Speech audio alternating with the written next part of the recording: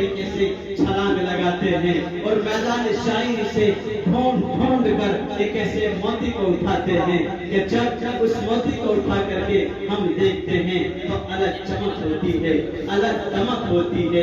اور ایسا شاعر کہ جس کی زبان میں ایسا جماؤ جس کی شاعری میں ہوتا ہے، بہت کم لوگ وہ شعراء ہیں جن کی شاعری میں ایسا جماؤ اللہ تبارک و تعالیٰ دیتا ہے۔ یہ ہمارے لیے سعادت کی بات ہے۔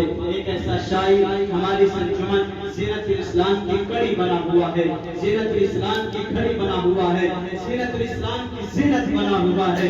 بہت خوبصورت طریقہ جن کا ہوتا ہے، بہت خوبصورت انداز جن کا ہوتا ہے، جب پڑھتے ہیں لبوں سے دھول جھڑتے ہیں، جب یہ کوئی کلام پڑھتے ہیں لبوں سے دھول جھڑتے ہیں، زبان کی سرخ قینچی سے ہزاروں دل کرتے ہیں۔ یقیناً عزت مآب عالی جناب جن کا نام نامی اسم گرامی جناب حضرت مولانا وقاری نفیس اسرار صاحب دعوت برکات ملالیہ، بہت خوشی کی بات ہے کہ حضرت والا چترویدی بھی ہیں، حضرت والا چترویدی بھی ہیں۔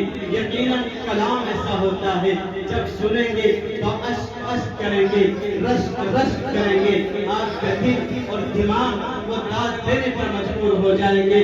آواز دے رہا ہوں اس شعر کے ساتھ، تشریف لائیں کہ پہلے نبی کے عشق کی شمع جلائیے، پہلے نبی کے عشق کی شمع جلائیے، پھر وادی حیات کو کعبہ بنائیں گے۔ نعت رسول پاک کا تحفہ لیے ہوئے، نعت رسول پاک کا تحفہ لیے ہوئے، بس میں رسول پاک میں تشریف لائیے۔ جناب حضرت مولانا نفیس اسرار صاحب چترویدی دامت برکات ملالیہ جو اس انجمن کی سب سے اہم کڑی اور گھڑی ہے، ہم سب کے مابین تشریف فرما۔